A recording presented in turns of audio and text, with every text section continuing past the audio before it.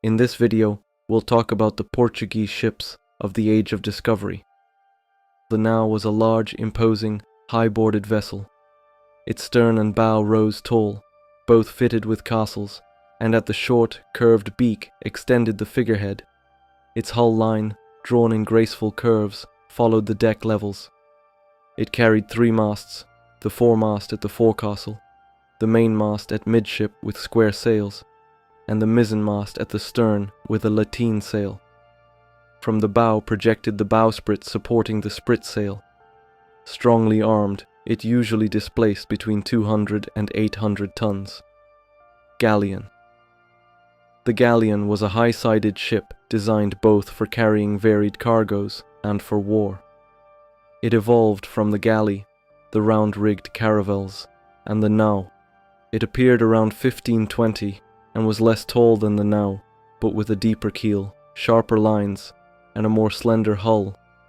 It generally carried 4 masts, the main and 4 with square sails, and 2 aft, mizzen and Bonaventure mizzen, with lateen sails. It also had a bowsprit with spritsail and a powerful beak that gave it an aggressive look. At the stern stood the castle, and the ship could have 2 or 3 decks, sometimes even 4. It displaced 500 to 600 tons and was heavily armed. The most famous was the São João Baptista, nicknamed Botafogo, which reportedly mounted about 366 cannons. Lateen Caravel. The lateen Caravel was a light, nimble ship, usually between 50 and 100 tons, rigged with 2 or 3 masts carrying triangular lateen sails.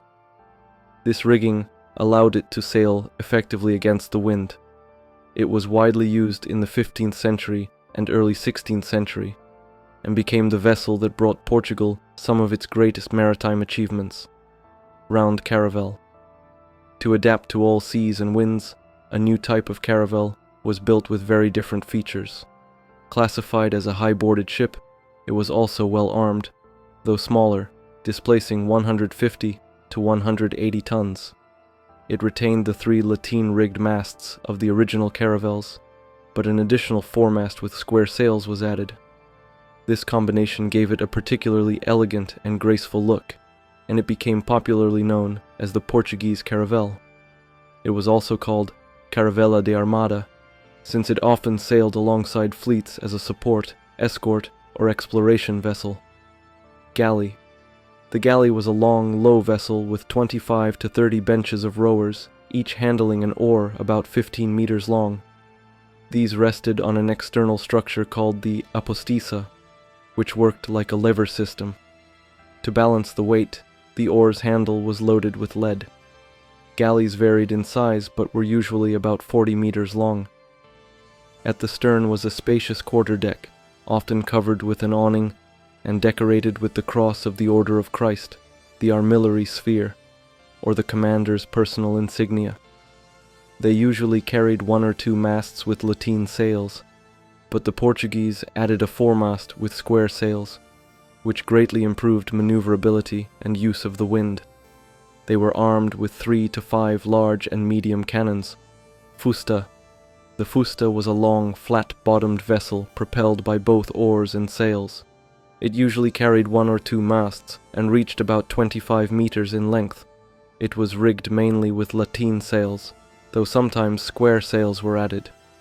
Widely employed by the Portuguese during the 16th century, it resembled a smaller, more elegant galley.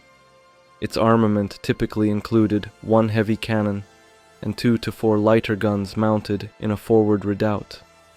Like the galleys, it also carried a decorated awning at the stern. Bergantim. The bergantim was a small craft with an open bow, though at times it could be enclosed. It had between 8 and 16 benches for rowers, and measured roughly 15 to 18 meters in length. Equipped with 1 or 2 masts bearing lateen sails, it carried a heavy bow-mounted cannon. Naus and caravels. The flagships of Portugal. Among all the different ships used by the Portuguese, none achieved greater fame than the naus and caravels. The naus had a broader, more stable role, becoming the true pinnacle of Portugal's seafaring expansion across the globe. The Caravel, however, was not only the ship of discovery, but also, during the 15th and early 16th centuries, a formidable warship. It allowed Portugal to impose the doctrine of mare clausum, the claim that, in all seas discovered south of the Cape of Good Hope, only Portuguese ships had the right to sail.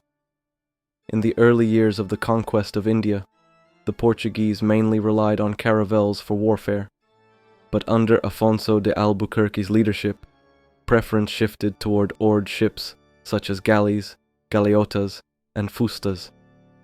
The advantages of galleys and especially fustas were many.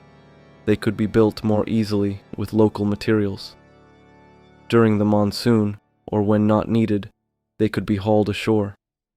Their shallow draft allowed them to cross sandbars and sail upriver. With mixed propulsion, oars and sails, they could still operate in calms or against contrary winds. Yet caravels also had clear strengths: heavier firepower, faster speed in fresh winds, greater autonomy and endurance at sea, much better performance in rough waters, smaller crews compared to oared ships. One well-armed caravel could often defeat several dozen oared vessels, proving the superiority of the high-boarded sailing ship, provided the wind was favorable and artillery sufficient. From 1521 onward, the Portuguese gradually abandoned caravels, naus, and even galleys in certain regions, turning instead to the native ships best suited to local conditions: terradas in Ormuz, fustas in India, lancharas in Malacca, junks in the China Seas, coracoras in the Moluccas. In the Moluccas especially, high-boarded ships were rarely used in battle, likely because the weak and constant winds of the region made maneuvering difficult. To prevent enemy boarding, naus and galleons often shielded their sides with thick mats, especially near the bow and shrouds, making it hard for grappling hooks to find purchase. In 1504, Duarte Pacheco Pereira introduced a new type of warship, the Monitor, and armed small boats with heavy forward-facing guns, creating the famous bombard-armed boats, used successfully until the late 19th century. In combat, Portuguese naus were heavily protected. Castles and decks were covered with strong netting, while their hulls were lined with arrombadas, sacks of cotton soaked with water and covered in ox hides to prevent fires, the greatest fear at sea. The greatest Portuguese innovation in high-boarded ships was the placement of artillery below deck, fired through gun ports. This allowed for heavier cannons and, with their lower trajectory, more effective strikes closer to the enemy's waterline. Although the Portuguese relied heavily on oared ships like fustas, they never gave up their high-boarded vessels, naus, galleons, and caravels, whenever naval supremacy was at stake. The Chinese junk was considered by many to be perhaps the finest sailing vessel ever built by the Asians, which explains why the Portuguese adopted it extensively in their eastern fleets. They also made wide use of their armed, shielded longboats, bateis, which offered great mobility and tactical superiority in coastal warfare.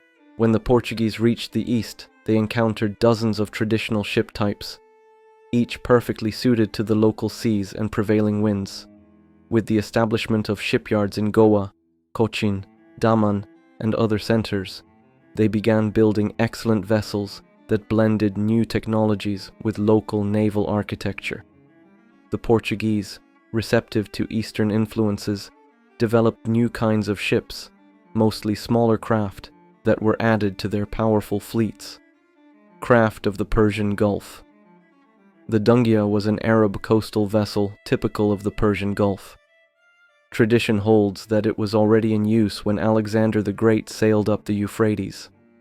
Another distinctive vessel of the region was the Baghala, or Baghala, a very characteristic Arab ship seen in the Persian Gulf, the coasts of Aden, and the Red Sea. Recognizable by its sharp bow and fine lines, it stood out among regional craft. It is believed that the Portuguese themselves employed ships of similar design. Vessels of the Arabian coast, In the first years of the conquest of India, the Portuguese mainly relied on caravels as warships. But under Afonso de Albuquerque, they shifted preference to oared craft, galleys, galleotas, fustas, while also making extensive use of locally designed and built vessels. One such ship is thought to represent the type of craft adopted by the Portuguese along the Arabian coast. Ships of the Red Sea. The dhow, or dhow, was an ancient Arab vessel used for coastal trading in southwest Arabia. To shield its cargo from bad weather, it often carried a simple shelter of reeds and leaves amidships. Its rigging was basic but effective, and its speed made it suitable for warfare. Cannons were usually placed on the deck and forecastle. Other vessels, such as the sambuk and the zaruk, were also widely used along the Arabian coast and throughout the Red Sea. The ships of Portugal during the 1500s were more than vessels of war and trade. They were the engines of an empire that reshaped the map of the world. Each type of ship reflected a balance of technology, geography, and strategy. Combined, they allowed Portugal not only to conquer and defend vital sea routes, but also to become the first maritime global superpower.